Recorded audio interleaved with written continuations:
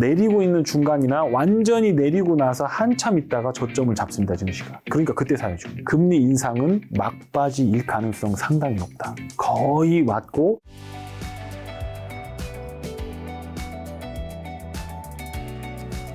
금리 인하를 하면 네. 다 죽는다고요? 요 멘트 무슨 말이에요? 여태까지 사람들이 자꾸 안 닮았다고 그래요. 리세션하고. 근데 제가 집계한 데이터 상에는 리세션하고 지금 모습하고 너무 닮았습니다. 그리고 리세션일 때 금리를 인하 들어갑니다. 그러면 금리를 인하하면 대박 나잖아 라고 하는데 그건 어디냐면 인하를 충분히 했을 때입니다. 그리고 경제가 돌아나가기 시작할 때입니다. 그런데 경제 지표에는 선행이 있고 동행이 있고 후행이 있는데 여러분들이 지표 보는 것들은 동행이나 후행인 경우가 되게 많습니다. 그중에 실업이나 이런 지표는 제가 말씀드린 거는 후행 지표입니다. 그 후행 지표하고 그러면 그걸 맞춰서 주식을 사면 먹는다고 했는데 주식시장 먼저 반응하면 어떻게 하냐라고 하는 건데 그래서 제가 말씀드리는 게 안전한 자리가 그 자리라고 하는 겁니다. 자, 그러면 몇 가지 지표를 말씀드리면 자, 그 아까 질문한 걸 다시 돌아가서 왜 페드가 금리를 내리는지를 생각해 봐야 됩니다. 왜 내릴까? 물가를 충분히 잡았으니까 내리거나 아니면 경기가 너무 안 좋으니까 내리거나. 우와, 진짜 역시 일타 유튜버는 다르시구나. 서당께도 3년이면 풍어를 낸다고. 잘은 모르지만 말은 할 수 있는. 풍월 정도가 아닌데 이거. 근데 이게 또 인플레에 대해서 거기서 질문들이 인플레가 잡히면 또 하나 동반되는 그 배설물 같은 게 있어요. 휘발유가 뻥 터지면 CO2나 아황산가스가 나오잖아요. 그것처럼 인플레가 잡힌다라는 건 기업들의 매출도 깎인다라는 얘기예요. 기업 실적이 빠그러집니다. 인플레가 잡히면. 그렇게 되면서 기업들의 실적과 생산 활동이 슬로우 다운해지는 거죠. 근데 그게 너무 강해버리면 빨리 진행되면 리세션이라고 하는 경제가 후퇴되는 상황이 오는데 리세션 판단하는 기준은 6가지예요. 이거의 시작은 어디서 다 시작하느냐? 고용시장에서 시작합니다. 앞으로 6개월 동안 괜찮아? 고용, 사정 괜찮을 것 같아? 물어봅니다. 그리고 월급은 제대로 줄 것 같냐? 그리고 네 지금 고용된 거에서 잘리지 않을 것 같아? 라고 하고 그 다음에 뭐냐? 너 지금 생산하는 거 생산이 잘 될 거냐? 그리고 그 물건들을 갖다가 충분히 도매로 팔리냐? 소매로 팔리냐? 이 6가지 질문에 대한 항목을 가지고 리세션을 판정합니다. 그런데 지금 이 실업 지표가 딱 붙들려 있잖아요. 3개, 6개 중에 3개가 완전 고용에 가까운 매우 강한 강세장입니다. 그러니까 페드는 금리 못 내려요. 죽었다 깨나도. 못 내리죠. 그런데 이게 부러지기 시작하면 내리기 시작합니다. 그러니까 페드가 의사 선생님이 진단서 써주는 거예요.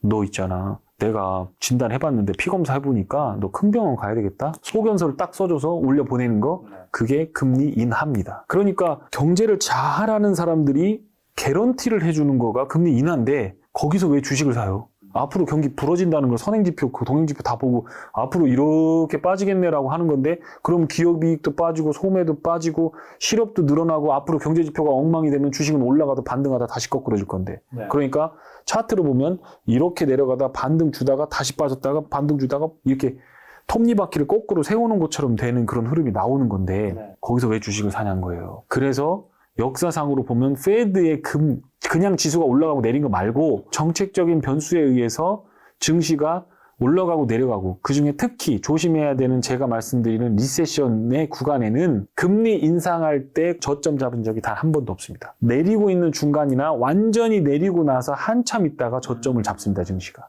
그러니까 그때 사야죠. 한마디로 지금 금리 인하를 이제 막 시작한다 해도 사면 안 된다는 거네요. 그렇죠. 그럼 금리 인하를 하고 난 다음에 어느 정도 시간이 지났을 때 사는 게 조금 착즙기. 아니, 너 장사 미처를 다 뽑은다. 어떻게 알았냐.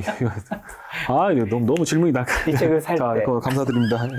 이 책을 사면, 제가 이거 완전 오늘 디그너티 완전히 훼손되는데, 그거 질문 잘 하셨습니다. 아까도 말씀드렸지만, 산업활동 ISM 제조지표 기준으로 있습니다. ISM 제조지표가 지금 50년 동안 한 번도 안 일어난 일이 일어나고 있어요.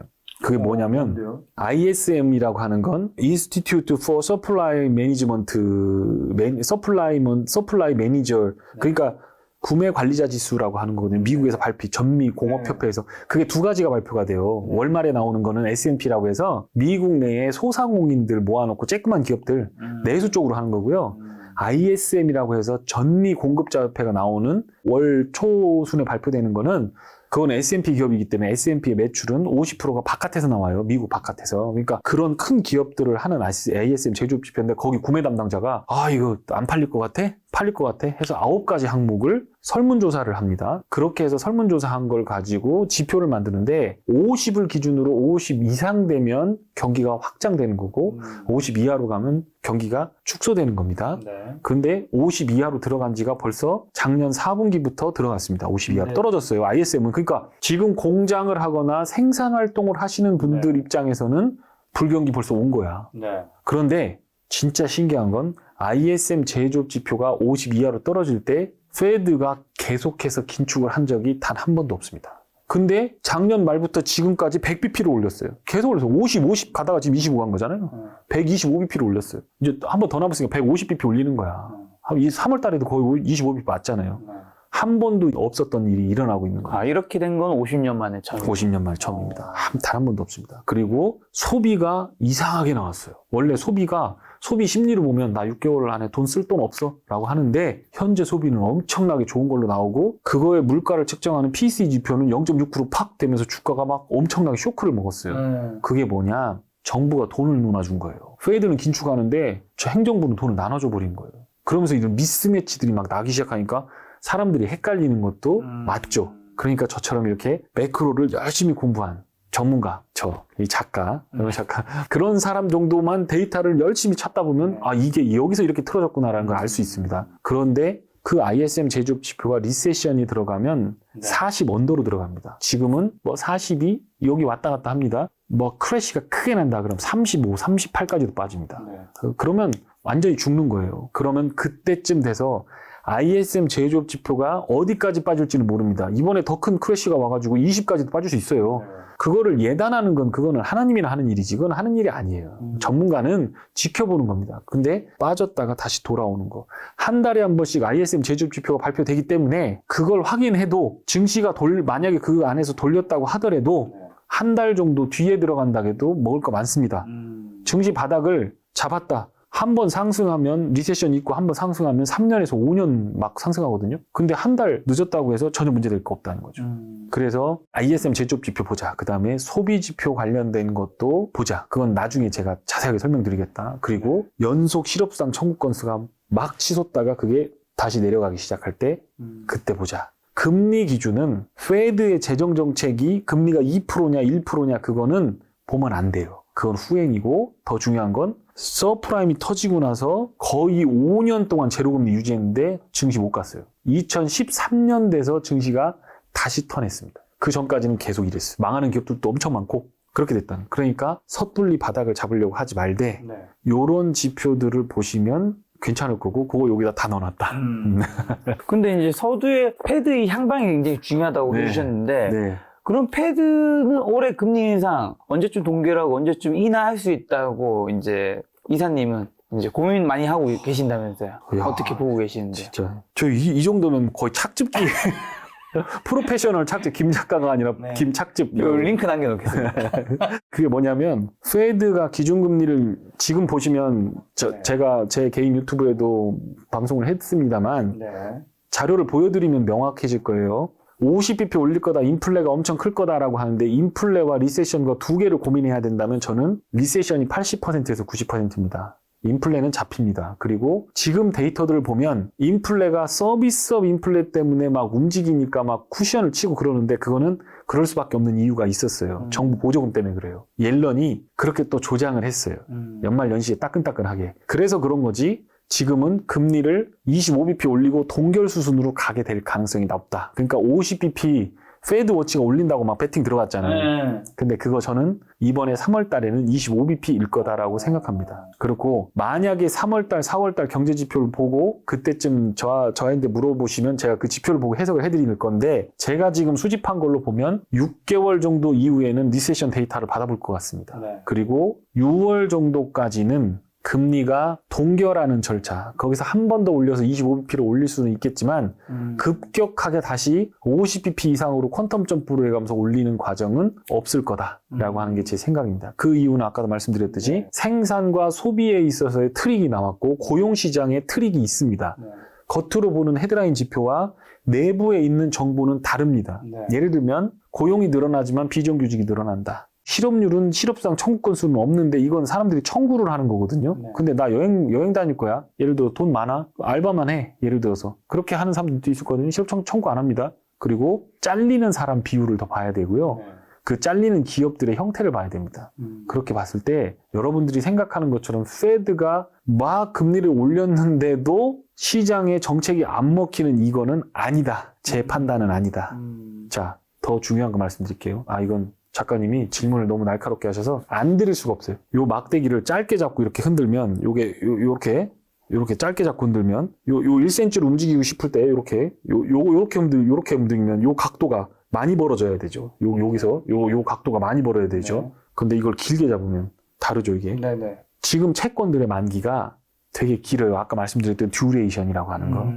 10년 동안 부채를 엄청나게 늘려놨어요. 그러니까 테일러스 룰이라고 하는 걸 제가 여의도에 처음으로 말한 사람 중에 하나일 겁니다. 제가 큰 유튜브에 가서 테일러 룰 때문에 25bp 금리 기준금리일 때 5%까지 올린다고 얘기하고 다닌 놈이 접니다. 그런데 저는 5% 올리면 예전에 7.5%보다 더 위험하다고 얘기합니다. 왜 그러냐면 부채 비율이 지금 125%입니다. 미국 국채. 과거 대비 훨씬 높다는 건가요? 네. 과거에 어느 정도냐면 2차 세계대전 때보다도 높습니다. 그리고 더 중요한 건 그 부채의 만기가 매우 깁니다. 듀레이션이 매우 길어요. 큰 장대를 가지고 움직이는 거예요. 네. 그러니까 여기서 각도를 조금만 들어도 저 끝에서는 엄청나게 움직이는 거죠. 네. 그러니까 1970년대, 80년대 인플레를 잡기 위해서는 20% 올려야 됐지만 테일러스 룰이 거기선 그렇게 됐지만 지금은 장대가 매우 길어졌어요. 저금리로 장기로 발행해버리면 듀레이션이 엄청나게 긴 막대기가 됩니다. 그걸로 움직이고 있기 때문에 지금의 4%는 그때 8%하고 같습니다. 더 중요한 건 페드가 금리만 조정하는 게 아니고 QT도 하고 있어요. 네. QT는 100bp 정도, 1% 정도의 효과가 있습니다. 그러니까 매월 960억 불 빨아들이고 있거든요, 돈을. 줄이고 있어요. 통화 증가율이 마이너스로 들어간 건 최근 70년 동안 없었던 일입니다. 저기 1940년, 30년, 20년 때나 페드가 제대로 작동하지 않을 때나 있었던 일입니다. 네. 그러니까 지금 정책은 역대급 듀레이션에 역대급 파워를 가진 이 게이지를 갖다 놓고 지금 RPM을 막 높여가지고 브레이크를 빡 밟는 거예요. 그런데 왜 안 먹히지? 라고 딱 가서 보니까 정부가 돈 풀고 있었어요. 그래서 그 정부가 돈 푸는 증거를 딱 내가 갖고 있거든요. 그게 여기다는 안 넣었어요. 그런데 그게 끝나갑니다. 3월 달부터 끝나갑니다. 네. 예를 들면 학자금, 대출, 이자 갚지 마.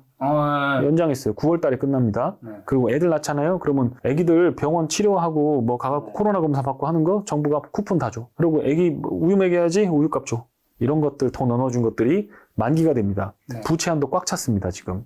그래서 그 부채 한도 늘리자고 하면서 지금 국가에서 마이너스 통장 한도가 끝까지 가는 거가 이제 3월 말입니다. 그러니까 그다음부터는 이제 긴급 재정으로 해갖고 월급 안 주면 연방 전부 샷다운이 나오는 거예요. 그럼 부항부항 또 하겠죠. 왜냐면 뉴스를 내야 나 없어라고 징징대야 국민들의 동의를 얻어서 국회에서 이걸 써줄 수 있으니까 그런 뉴스들이 이제 나올 거란 말입니다.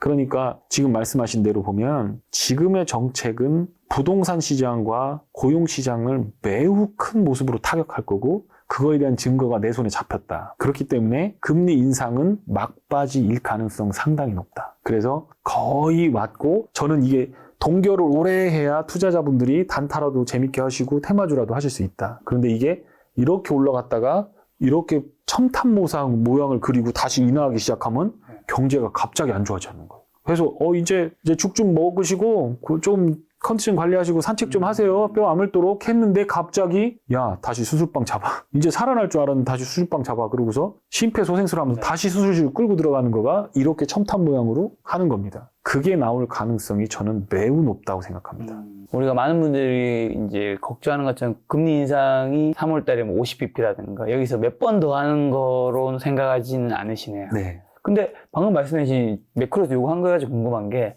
정부 재무장관은 이제 돈을 풀고 그리고 패드에서는 이제 금리 인상을 하고 QT를 하고 엇박자가 났다 했잖아요. 엇박자.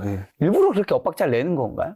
아니 사실은 너무 주요 요직에 있는 분들이라서 서로 커뮤니케이션을 안 하지 않을 거란 말이죠. 그렇죠. 당연한 거잖아요. 그렇죠. 같은 미국이 어쨌든 저 대단한 인사이트십니다. 근데 구조를 한번 볼게요. 아까 말씀드렸듯이 국채를 발행을 엄청 해서 빚이 있잖아요. 근데 그 국채에다가 이자를 지급하는 게 0.5%다가 4%까지 올라왔잖아요. 네. 그러니까 4%면 걔들이 지금 31조 달러의 빚을 갖고 있습니다. 네. 그거가 거의 1%일 때는 얼마 안 되죠? 네.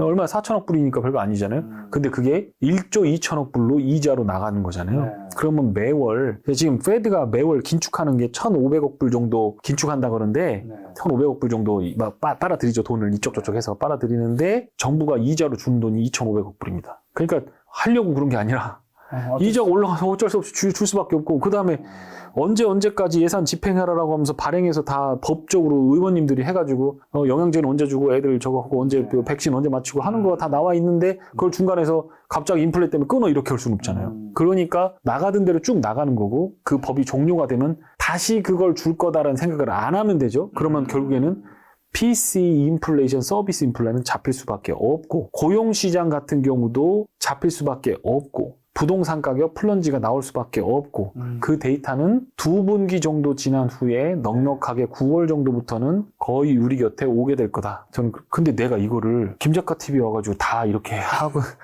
가도 되는 살짝